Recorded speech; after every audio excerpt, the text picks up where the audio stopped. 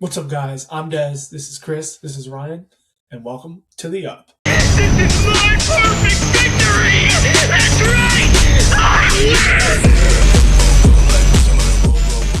win! Guys, It was moving very slowly. okay, guys. So moving on from the NFL draft, we're going to talk about the NBA playoffs a little bit as that's been going on here over the past week and a half, 2 weeks.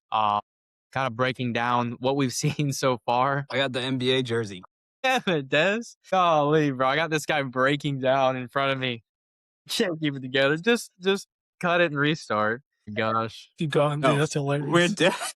We're keeping it out. All right, so we're definitely clipping that and using that as a clip. We're breaking down what we've seen so far from the play-in, from teams so far through the first couple of games in round one. Just seeing, kind of listing who's surprised us the most and who do we expect to kind of take the momentum moving forward in the playoffs. So we'll start with Ryan with his Grizzlies jersey. Right. So one of my surprises that I have in the NBA right now, I think, is the Magic. I think the Magic coming in from being that playing team and going into Detroit and stealing a game. And I don't know what the score is right now, but when we started the podcast, they were tied with the Pistons at halftime. I think they're a team that can break some brackets. I think they're able to hang with the Pistons, and I wouldn't be surprised if they can make it and be that Cinderella team. March Madness. Mine was also the Magic. And then I quick checked the score because they were tied at halftime. Currently 93-73 Pistons, but I'm still going to say the Magic. They're holding around. They did steal a game. The Pistons are full health. I think Klubnik just came back, but he's fine. He's healthy. And the Magic were Klubnik? He kind of, yeah. Holding his own. But nonetheless, I think the Magic are they're doing a lot better than people expected.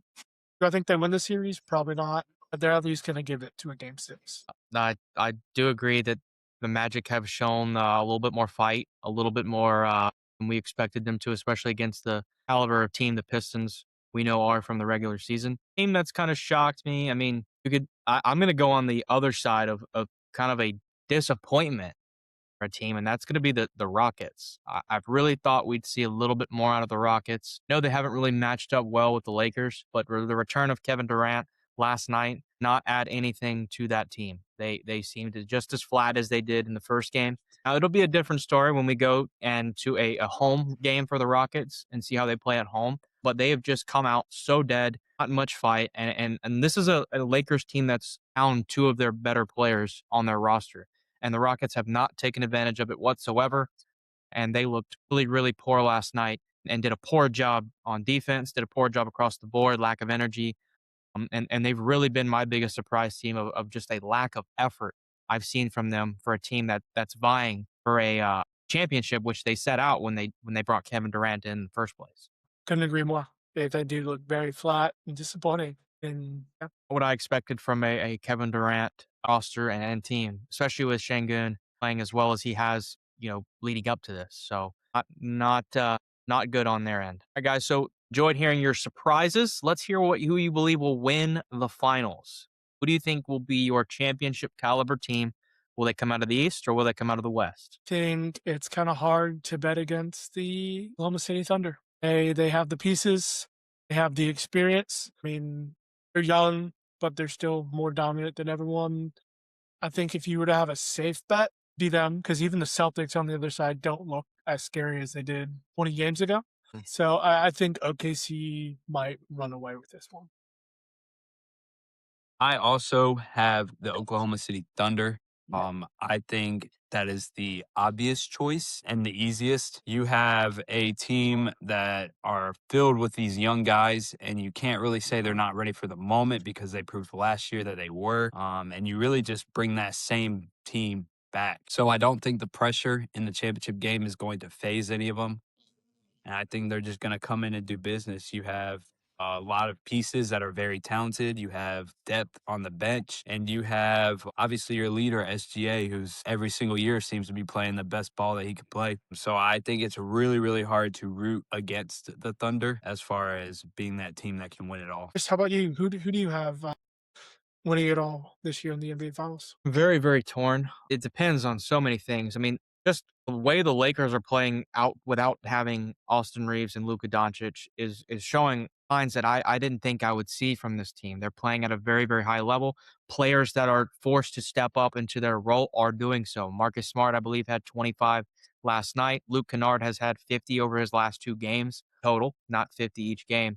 But he's played at a very high level. He's been efficient, been playing at a high level. And obviously, we are seeing LeBron James kind of turn back the clock and play like he has in the past. So that's a team that, if they become healthy, would be fearful of coming out of the West. Obviously, OKC, like you said, Des, is a very, very safe pick. If I had to put money on it, that would be the team that I would bet to win the NBA Finals. But I also kind of sneakily like the Knicks coming out of the East. Think that the Knicks have the pieces, get them to the finals. I know that the Knicks have a kind of a curse surrounding them. I know they're 1-1 right now with the Hawks. The Hawks are playing significantly better in the absence of Trae Young. I think that team has gelled really, really well and is starting to find their identity without a what I'll call a forceful shot taker, not great superstar. I believe that that'll be a tough series for them to win. If they do get through it, I like their chances. Um, and I'm just kind of taking a sleeper out of the East, just add some spice to it. And then but I do like the Lakers healthy coming out of the West alongside OKC.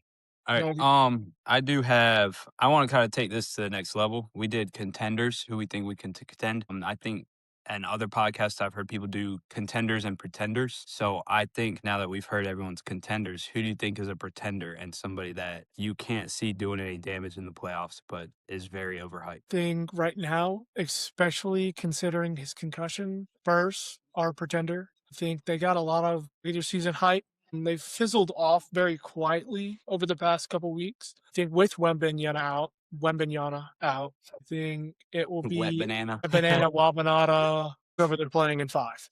I mean, the Blazers, they could sneak a couple more games. I don't think the Blazers win the series, but I do think between the Thunder and the Lakers, the Spurs will be exposed and probably be beaten in a 5 or 6 game series versus one of those two.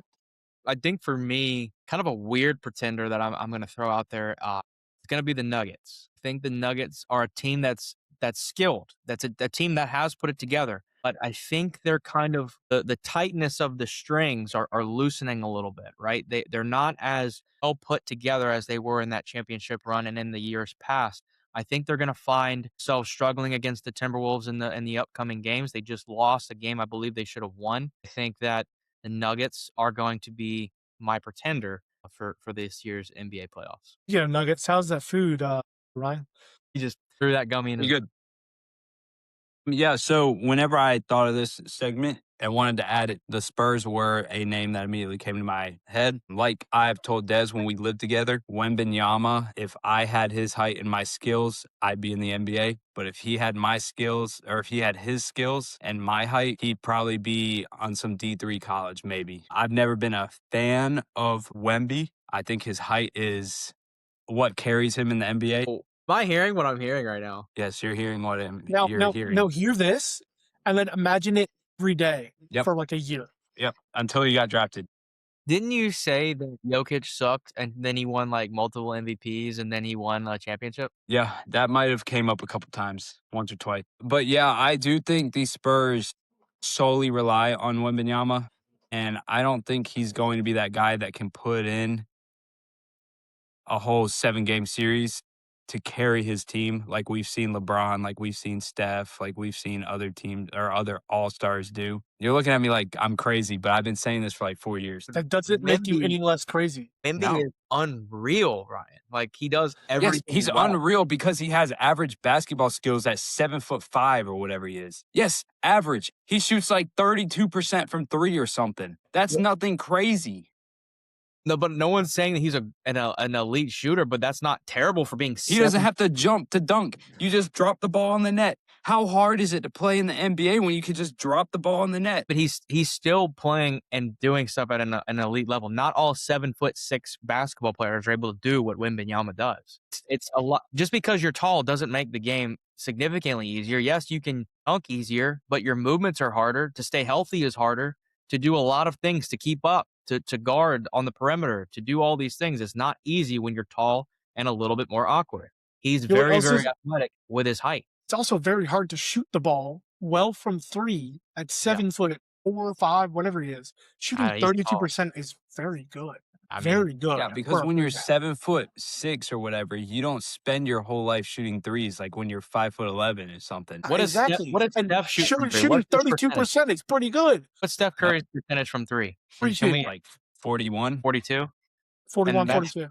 that's his cup of tea. And it's I mean, I know that's a difference, but it's not like it's significant. It's not like he's shooting 22% from three. Yeah, but go look at players who are also like not even known for shooting threes, like Russell Westbrook. What does he shoot from three? Probably Somebody fact check me, 30%. but I'm pretty sure he shoots like 35, 36, and no one's scared of him shooting threes. I don't know. Sure, I think that's 33%. Is that not what I said? 34, 33%. Wembanyama's Here's the shooting problem.